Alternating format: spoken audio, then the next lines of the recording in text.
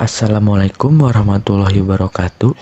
Perkenalkan, nama saya Dani Wahyudi dari kelas TI 1B dengan NIM A221000025. Baik, di sini saya akan menjelaskan tentang arsitektur komputer dan jaringan komputer yang merupakan salah satu tugas dari mata kuliah pengantar teknologi informasi.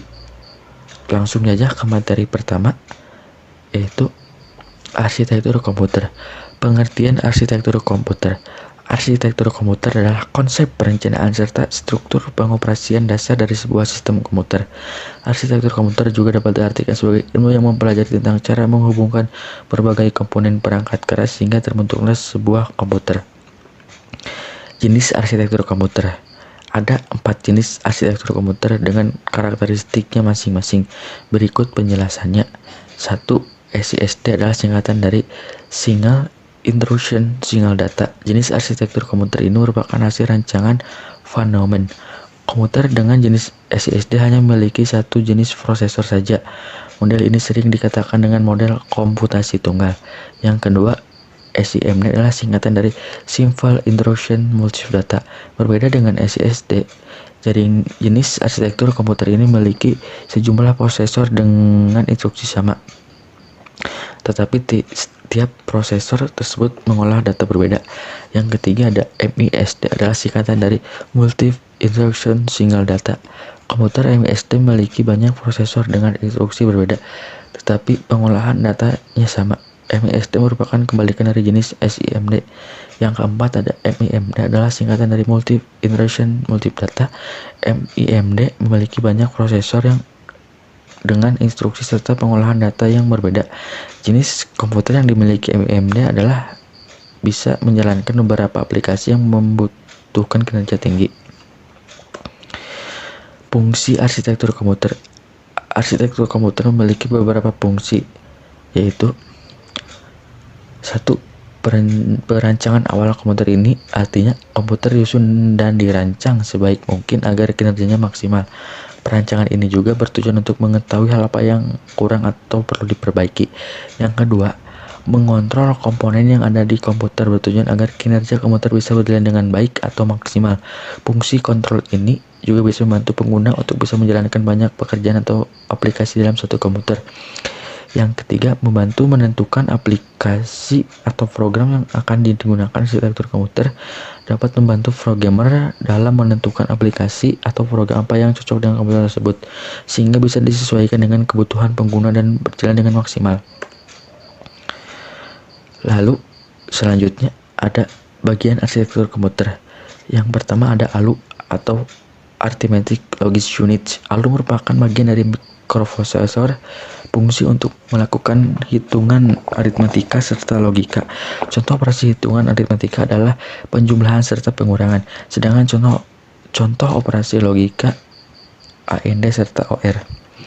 Kedua ada unit control. Unit control adalah bagian dari komputer yang berfungsi untuk mengatur serta mengendalikan seluruh peralatan komputer. Contoh unit juga mengatur pengolahan data dalam komputer. Yang ketiga, memori. Memori merupakan media penyimpanan pada komputer. Tiap program dan data dalam komputer akan disampaikan di dalam memori. Keempat ada input dan output. Input dan output sering juga disebut dengan I/O, merupakan sistem pemrosesan informasi dalam komputer. Input merupakan data yang diterima sistem, sedangkan output merupakan data yang dikirimkan sistem. Baik, materi selanjutnya yaitu jaringan komputer. Jaringan komputer adalah dua atau lebih perangkat komputer yang saling terhubung atau terkoneksi antara satu dengan yang lainnya dan digunakan untuk berbagai sumber data. Jenis-jenis jaringan komputer. 1. Ada WAN atau Personal Area Network. Jenis jaringan ini mencakup wilayah yang lebih kecil, misalnya saja pada kantor dan rumah. Biasanya banyak digunakan hanya untuk keperluan internet serta printer dan tidak memerlukan resource yang besar menggunakan jaringan WAN. Yang kedua ada LAN atau Local Area Network. Jaringan LAN berfungsi untuk menghubungkan perangkat jaringan dalam kondisi jangkauan yang relatif kecil. Contoh penerapan jaringan LAN yaitu sistem jaringan pada sekolah, kantor maupun rumah. Banyak orang yang cenderung menggunakan konektivitas tertentu, terutama pada token dan Ethernet. Selain itu, LAN juga menyediakan teknologi jaringan wireless dengan menggunakan Wi-Fi dan lebih dikenal dengan WLAN atau Wireless Local Area Network. Ketiga ada CAN atau Campus Area Network. Jaringan CAN dapat dibilang memiliki kesamaan dengan MAN, namun lebih terbatas dalam ruang lingkup kampus atau akademisi. Untuk jaringan ini, lebih banyak digunakan keperluan praktek lab, email, pembaruan kelas, dan lain sebagainya. Yang keempat ada MAN atau Metropolitan Area Network. MAN adalah jaringan yang menghubungkan antara satu perangkat komputer dengan perangkat yang lainnya dalam ruang lingkup pada kota jaringan yang sama. Jenis jaringan ini lebih besar dari jaringan LAN. Topologi jaringan komputer. Topologi bus. Topologi bus merupakan topologi yang mempunyai kabel tunggal yang masing-masing workstation dan server saling terhubung. Kelebihan dari topologi bus sendiri yaitu ketika melakukan pengembangan jaringan dan workstation baru akan tetap tidak mengganggu workstation yang lain. Kekurangan yang dimiliki adalah ketika kabel mengalami kerusakan atau putus, maka akan mengalami gangguan pada keseluruhan jaringan. Yang kedua ada ring atau cincin. Topologi ring atau cincin merupakan topologi yang terbentuk ketika semua perangkat telah terhubung. Jadi, setiap workstation akan menerima informasi dari satu perangkat ke perangkat lainnya. Kelebihan dari topologi ring adalah tidak akan terjadi collision atau tabrakan antar data. Sedangkan kekurangan dari topologi ini adalah jika salah satu node mengalami permasalahan, maka keseluruhan jaringan akan mengalami gangguan. Yang ketiga, star atau bintang. Topologi star atau bintang merupakan topologi yang masing-masing workstation memiliki jalur yang terhubung langsung melalui server atau hub. Kelebihan dari topologi ini adalah jika salah satu workstation mengalami gangguan, maka tidak akan semua jaringan akan mengalami hal yang sama. Dikarenakan setiap workstation memiliki jalur atau kabel sendiri. Kelemahan dari topologi star adalah membutuhkan biaya yang besar karena membutuhkan sumber daya kabel yang banyak. Keempat ada topologi tree atau pohon, yang merupakan gabungan dari topologi star dan bus. Topologi jaringan ini mempunyai bentuk akar pohon yang dapat dibilang hanya perangkat hub saja yang terhubung langsung menuju bus pohon, dan setiap hub berfungsi sebagai akar dari pohon. Kelebihan dari dan kekurangan dari topologi tree sama dengan topologi bus dan star. Namun, dengan menggunakan jaringan pohon ini atau hybrid mendukung adanya perluasan jaringan yang lebih baik. Dan yang terakhir yaitu topologi mesh. Topologi mesh sering dipakai ketika terdapat satu kondisi di mana tidak adanya hubungan komunikasi yang terputus secara absolut antar node dalam sebuah jaringan komputer. Antara perangkat akan terhubung secara langsung selama masih dalam jaringan yang sama. Berikutnya ada macam-macam jaringan komputer. Yang pertama ada server. Server berfungsi sebagai tempat atau media untuk menyimpan informasi serta mengolah jaringan komputer. Server memiliki spesifikasi yang lebih tinggi dari klien karena tujuan dari dibuatnya server memang untuk melayani komputer klien. Yang kedua ada NIC atau Network Interface Card. NIC dapat disebut juga dengan LAN Card Expansion Board yang digunakan supaya komputer dapat terhubung dengan jaringan. Internet terbagi menjadi 4 jenis, yaitu internet 10 MB per detik, fast internet 100 MB per detik, gigabyte internet 1000 MB per detik, dan tethering 10.000 MB per detik. Ketiga ada kabel jaringan. Kabel jaringan media atau menghubungkan salah satu perangkat dengan perangkat yang lainnya. Terdapat beberapa jenis kabel untuk pembuatan saluran jaringan. Di antaranya adalah kabel coaxial, fiber optic, dan switch fiber. Keempat ada hub dan switch yang merupakan perangkat jaringan komputer yang berfungsi untuk menghubungkan beberapa komputer secara fisik. Bentuk dari switch sama dengan hub, namun jika dilihat sisi logika switch sama dengan bridge. Switch memiliki dua tipe, yaitu unmanaged switch yang merupakan tipe termurah dan managed switch yang merupakan tipe termahal. Kelima ada router.